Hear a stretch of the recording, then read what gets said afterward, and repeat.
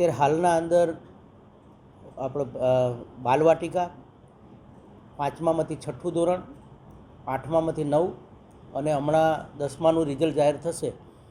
એના પછી 10મામાંથી 11મા ધોરણના અંદર પ્રવેશ માટે અત્યારે પી એનરોલમેન્ટ સર્વેની કામગીરી ચાલુ છે. પી એનરોલમેન્ટ સર્વેના અંદર આપણે ખાસ કરીને 1 થી 5ની જે શાળા હશે એના અંદર 6ઠ્ઠા ધોરણના અંદર એ નજીકની જે પ્રાથમિક શાળાના અંદર એ પ્રવેશ મેળવશે. એટલે 1 થી 5ની જે શાળા હશે એના શિક્ષકો એને કઈ શાળામાં જવું એ પૂછી અને એના 6ઠ્ઠા ધોરણના અંદર ઓનલાઈન એની પોતાની જે વિદ્યાર્થીની દરખાસ્ત એ ત્યાં મોકલશે. એ જ રીતે 8મામાંથી 9માના અંદર અત્યારે આપણા ત્યાં 24,000થી વધુ વિદ્યાર્થીઓ એ 8મા ધોરણના અંદર ઉત્તીર્ણ થયા છે. એટલે ખાસ કરીને આપણે ઝુંબેશ સ્વરૂપના અંદર 2જી તારીખ સુધીના અંદર ખાસ ઝુંબેશ કરેલી. એના અંદર 8મા ધોરણના અંદર જેટલા વિદ્યાર્થી શાળામાં ભણતા હોય એ તમામ વિદ્યાર્થીઓને એના વાલી સાથે એક મિટિંગ કરી અને પ્રાથમિકનો સ્ટાફ અને માધ્યમિકના સ્ટાફ દ્વારા એમને ખાસ કરીને પૂછવામાં આવ્યું કે કઈ નજીકની હાઈસ્કૂલના અંદર એમને પ્રવેશ લેવો છે. એટલે એ જે હાઈસ્કૂલ કે એના અંદર પણ એનું ઓનલાઈન નામ જે તે હાઈસ્કૂલના અંદર એ ટ્રાન્સફર કરી દેવામાં આવ્યું ચાઇલ્ડ ટ્રેકિંગ સિસ્ટમના મારફતે.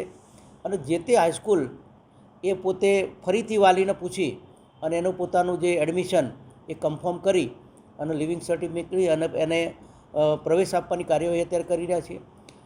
ખાસ કરીને 10માનું રિઝલ્ટ ટૂંક સમયના અંદર જાહેર થશે પછી આપણે 10માના વિદ્યાર્થીઓને પણ દરેક વાલીને પૂછી પરિણામના દિવસે જ પૂછી લઈશું કે એને કઈ હાઈસ્કૂલના અંદર 11મા ધોરણના અંદર દાખલ થવું છે. એટલે જે હાઈસ્કૂલનું નામ આપશે એ હાઈસ્કૂલના અંદર એનું ઓનલાઈન નામ ટ્રાન્સફર કરવામાં આવશે અને જે તે હાઈસ્કૂલ એનું નામ સ્વીકારશે.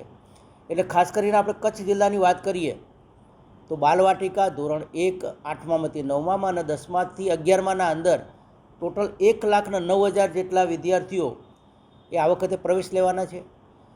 ખાસ કરીને આપણે અત્યાર સુધીના અંદર 72% કામગીરી આપણે પૂર્ણ કરી લીધી છે અને બાકી જે આપણી જે કામગીરી હશે 28% જેટલી એ 10માનું પરિણામ જ્યારે આવશે એના 3 થી 4 દિવસના અંદર આપણે પી એનરોલમેન્ટની કામગીરી પૂર્ણ કરીશું. આ વખતે ચાઇલ્ડ ટ્રેકિંગ મારફતે ઓનલાઈન હોવાથી લગભગ એક પણ વિદ્યાર્થી એ આપણે ડ્રોપ નહીં થાય અને ડ્રોપઆઉટના અંદર આમાં મોટો ઘટાડો થશે.